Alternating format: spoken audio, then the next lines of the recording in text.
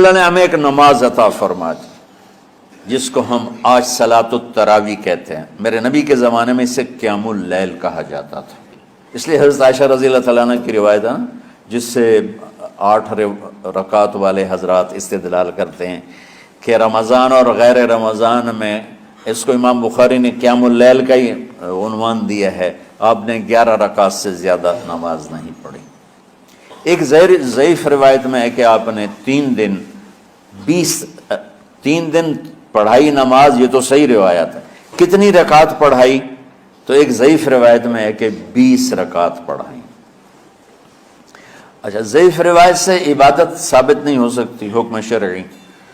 تو جب حضرت عمر رضی اللہ تعالیٰ عنہ نے سب کو، اب میرے نبی کے دور میں 3 دن کے بعد آپ تو آئے نہیں کہ کہیں فرض نہ ہو جائے، تو صحابہ اپنے طور پر قرآن سنتے تھے ٹولیوں میں. صدیقی دور میں 2 سال وہ فتنوں میں گزرا، تو اس میں بھی اسی طرح چلا کہ ٹولیوں میں ہوتے تھے. حضرت عمر رضی اللہ عنہ کے زمانے میں حکومت مضبوط ہو گئی، طاقتور ہو گئے. تو ابتدائی سالوں میں نہیں، چند سالوں کے بعد اب مسجد میں تشریف لائے تو لوگ اس طرح کوئی 4 ادھر 4 ادھر 5 ادھر 10 ادھر 20 ادھر، تو کہنے لگے ان کو ایک امام پہ جمع کر دیا جائے تو کتنا اچھا ہوگا. تو آپ نے سب کو اکٹھا کیا اور ابی بن کعب رضی اللہ تعالیٰ عنہ کو امام بنایا اور سب کو ایک نماز پہ جمع کر کے 20 رکعت کا حکم عطا فرمایا. تو حضرت عمر کا یہ عمل اس حدیث کو مضبوط کر دیتا ہے کہ چونکہ میرے نبی نے کہا علیکم بسنتی و سنت الخلفاء الراشدین من بعدی، کہ میری اور میرے خلفاء راشدین کی سنت پر مضبوطی سے عمل کرنا. تو حضرت عمر کا جو 20 رکعت طے کرنا ہے، اگر ان کا اپنا اجتہاد ہے تو بھی ہمارے لیے عمل کے لیے کافی ہے، اور اگر ان کو یہ یاد ہے کہ میرے نبی نے 20 پڑھی تھیں تو اور زیادہ اچھی بات ہے. لیکن بہرحال جو 8 پڑھتا ہے ہمارا اس پہ بھی کوئی اعتراض نہیں، چونکہ وہ بھی حدیث کے ساتھ بات کرتا ہے. اور باقی پوری امت 20 پڑھتی ہے، ان پر بھی اعتراض نہیں. میں ایک جگہ سے گزر رہا تھا، نماز کا وقت ہو گیا، اہل حدیث کی مسجد تھی، میں وہاں نماز پڑھنے چلا گیا تو ایک بہت بڑا اشتہار لکھا ہوا تھا 20 تراویح ثابت کرنے والے کو 5 لاکھ روپے انعام. کہ 20 تراویح، سینکڑوں سال سے امت کا عمل 20 تراویح آ رہا ہے. تراویح کا نام جو پڑھا مجھے یوں لگتا ہے کہ اہل مکہ، یعنی اہل مکہ جو تھے نا، وہ 4 تراویح پڑھ کے ایک طواف کرتے تھے. تو وہ آرام کے لیے ہوتا، ترویحہ آرام، تھوڑی دیر کا آرام. تو 4 تراویح کے بعد ایک طواف کرتے تھے. وہ چھوٹا سا طواف 10 منٹ میں ختم ہو جاتا تھا، اور پھر 4 تراویح پڑھتے تھے، پھر طواف کرتے تھے، پھر 4 پڑھتے تھے، پھر طواف کرتے تھے. یہ صحابہ کے تھوڑے بعد کے دور کی بات.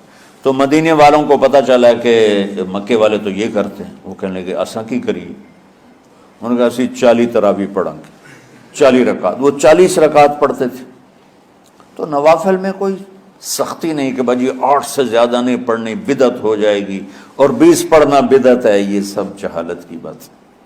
اور یہ 8 پڑھ رہے ہیں یہ غلط ہے، یہ بھی حماقت کی بات ہے. جو صحیح حدیث سے دلیل پکڑ کے کوئی عمل کرتا ہو تو بھائیو اس سے بحث نہ کیا کرو، مناظرہ نہ کیا کرو. یہ بہت نادانی والی بات. اور امت کا خلق، لاکھوں کروڑوں انسانوں کا ایک عمل پہ جمع ہونا، یہ بذات خود اس کی طاقت کی ایک دلیل. اور حرمین جب سے میرے رب نے، حضرت عمر نے 20 رکعت شروع کی، آج تک وہاں بھی ساری مساجد میں 8 رکعت تراویح ہوتی ہے، لیکن حرمین کی مسجد میں 20 رکعت، ادھر بھی ادھر بھی. اور یہ جو وہ وہاں ختم قرآن پہ دعا نہیں مانگی جاتی، یہ کس کا عمل ہے؟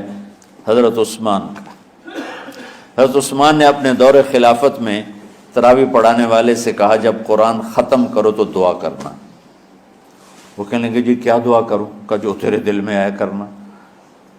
تو ختم قرآن کی رات تراویح کی آخری رکعت میں من الجنت والناس کے بعد دعا کے لیے ہاتھ اٹھانا، یہ حضرت عثمان رضی اللہ تعالیٰ عنہ نے اس کو زندہ فرمایا۔ اور امام دعا کرتا تھا 1 منٹ 10 منٹ 20 منٹ جتنے بھی، اور پیچھے لوگ آمین کہتے تھے۔ وطر کی جماعت نہیں ہوتی تھی، وطر کو باجماعت حضرت علی رضی اللہ تعالیٰ عنہ نے شروع کی کہ وطر کو بھی باجماعت پڑھا جائے، تو یہ ان کی سنت ہے کہ وطر کو باجماعت پڑھا گیا۔ تو اب یہ لہٰذا یہ سارے سنت جو کام ان خلفۂ راشدین سے ہوا وہ بھی سنت ہے۔ تو اللہ نے ہمیں ایک عبادت دے دی کہ میرا قرآن پڑھو اور سنو۔ پہلی امتوں کو تراویح کیوں نہیں تھی یا قیام اللیل کیوں نہیں تھا؟ کہ ان کو اپنی کتاب یاد ہی نہیں ہوتی تھی، وہ اپنی کتاب کے حافظ نہیں ہوتے تھے، وہ اپنی کتاب یاد ہی نہیں کر سکتے تھے، صرف نبی کو یاد ہوتی تھی۔ اللہ نے ہمارے لیے کتنا آسان کر دیا کہ 7 سال کے یہ چھوٹے چھوٹے بچے قرآن یاد کر رہے ہیں، 70 سال کا بوڑھا قرآن یاد کر رہا ہے۔ یہیں یہ مولوی یوسف صاحب کا ساتھی تھا یا پتہ نہیں ان سے پہلے تھا، سلمان، مولوی سلمان، آج کل امریکہ میں ہوتے ہیں، ہماری ایک شاخ چلا رہے ہیں ماشاءاللہ۔ وہ شروع میں یہاں تھے تو یہاں تراویح پڑھانے کے لیے ہمارے پاس حافظ کوئی نہیں تھا، وہ حافظ نہیں تھے، وہ صبح بیٹھ کے شام تک 1 سپارہ یاد کرتے اور رات عشاء کی نماز میں سنا دیتے۔ 30 دن میں قرآن یاد کر کے سنا دی۔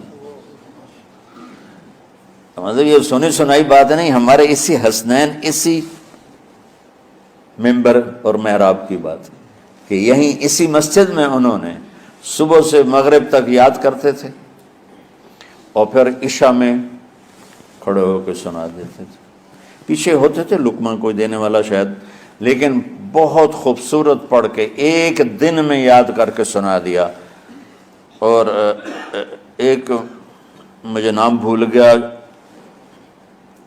کہ 3 دن میں قرآن یاد کیا، 10 سپارے 1 دن میں یاد کیے، 10 دوسرے دن میں یاد کیے، 10 تیسرے دن میں یاد کیے۔ وَلَقَدْ يَسَّرْنَا الْقُرْآنَ لِلذِّكْرِ فَهَلْ مِن مُدَّكِرٍ۔ تو اللہ تعالیٰ نے اس کو نصیحت کے لیے بھی آسان کیا ہے اور یاد کرنے کے لیے بھی آسان کیا ہے۔ کوئی کتاب پہلے یاد نہیں ہوتی تھی کسی کو، ماشاءاللہ تم میں کتنے حفاظ بیٹھے ہیں اللہ کے فضل سے۔ تو اللہ نے ہمیں رات کی نماز عطا فرمائی، اور چونکہ یہ ایک مشقت ہے تو میرے نبی نے کہا یہ رات کی نماز کے ہر سجدے پر 1500 نیکی لکھی جاتی، 1500 نیکی لکھی جاتی۔ اور اللہ تعالیٰ ہر سجدے پر جنت میں ایک محل بناتا ہے جس کے 60,000 سونے چاندی کے دروازے ہوتے ہیں، اور ایک درخت اس کے لیے لگاتا ہے جس کے نیچے 100 سال گھوڑا دوڑ سکتا ہے۔ تو رمضان کا اہتمام آپ رجب سے شروع فرما دیتے تھے۔ میرے نبی نے 9 رمضان دیکھے، 9 رمضان اپنی زندگی میں، 9 رمضان۔ 10ویں رمضان سے پہلے آپ اللہ کے پاس تشریف لے گئے۔ آپ کی زندگی میں روزے فرض ہونے سے آپ کی وفات تک 9 رمضان گزرے، اور میں قربان جاؤں اپنے نبی پر، اپنی امت پہ کیسی شفقت تھی۔ آپ سحری کھاتے تھے بالکل آخری وقت، ادھر بلال اذان دے رہا ہے اور ادھر آپ آخری لقمہ کھا رہے ہیں، اور ادھر سورج نیچے ہوا اور آپ کھجور منہ میں۔ ایک آدمی اوپر کھڑا ہوتا تھا مدینے میں تو وہ چھت پہ، گھر کی چھت پہ کھڑا ہوتا تھا، سفر میں ہے تو وہ کسی پہاڑی پہ کھڑا ہوتا تھا۔ جو ہی سورج کا کنارہ نیچے جاتا اب فوراً وہ کہتا یا رسول اللہ قد غربت، تو آپ کھجور منہ میں ڈال لیتے تھے، یا پانی، کبھی پانی سے افطار فرماتے تھے، کبھی کھجور سے افطار فرماتے تھے، کہ میری امت پہ بھوک کا وقت کم سے کم آئے۔ آج کل جو یہ ہمارے افطاری کے اوقات ہیں نا، یہ سورج ڈوبنے کے بھی 2-2.5 منٹ بعد کے ہیں کہ احتیاطاً، ٹھیک ہے چلو احتیاط کر لو کوئی مسئلہ نہیں، لیکن اصل ہے ادھر چونکہ اب سورج ہمیں نظر ہی نہیں آتا ہے، اس طرح ہم گھرے ہوئے ہیں شہروں میں، دیہاتوں میں بھی اب اس طرح کا ماحول ہے کہ وہ نظر نہیں آتا ہے، تو بہتر کہ ادھر سورج غائب ہو، ادھر لقمہ منہ میں جائے، لیکن یہ تب ہے جب آپ نظر آ رہا ہو۔ اب جب آپ یہاں بیٹھے ہو حسنین میں تو یہاں تو کوئی سورہ نظر نہیں آئے گا، یہاں تو مینار ہی نظر آئے گا، تو لہٰذا احتیاط ٹھیک۔ ہمارے اہل حدیث بھائی وہ 2 منٹ پہلے ہم سے افطار کرتے ہیں، تو بڑی اچھی بات ہے کہ سورج کے غروب ہونے کا جو اصل وقت ہے اس کے ساتھ ہی افطار کرنا۔ اور سحری میں ایک واقعہ سناتا ہوں، آپ سحری کھا رہے تھے، بکرے کی سری پکی ہوئی تھی، تو مولا علی رضی اللہ تعالیٰ عنہ اور عرباض بن ساریہ رضی اللہ تعالیٰ عنہ آپ کے ساتھ کھانا کھا رہے تھے، تو حضرت بلال ہے، یا رسول اللہ وقت ختم ہو گیا ہے، میں اذان دینے جا رہا ہوں، آپ برائے مہربانی کھانا پینا بند کریں۔ اور یہ کہہ کر چلے گئے۔ چھت، ایک انصاری عورت تھی، اس کے گھر کی چھت پہ چڑھ کے اذان دیتے تھے۔ چڑھنے لگے تو پھر واپس آئے کہ دیکھوں اللہ کے نبی نے کھانا چھوڑ دیا یا نہیں، آ کے دیکھا تو وہ کھا رہے تھے۔ انہوں نے کہا یا رسول اللہ واللہ لقد اصبحت، یا رسول اللہ اللہ کی قسم سحری کا وقت ختم ہو گیا، صبح ہو گئی۔ تو آپ نے ہاتھ پیچھے کر لیا، کہہ رہے تیرا بھلا ہو بلال، ابھی وقت باقی تھا، تیرے قسم کھانے پر اللہ نے اس کو پہلے نکال دیا کہ تیری قسم کہیں جھوٹی نہ پڑ جائے۔ تو حضرت علی نے فرمایا کہ اگر بلال قسم نہ کھاتے تو جب تک میرے نبی کھاتے رہتے صبح صادق نہیں ہونی تھی۔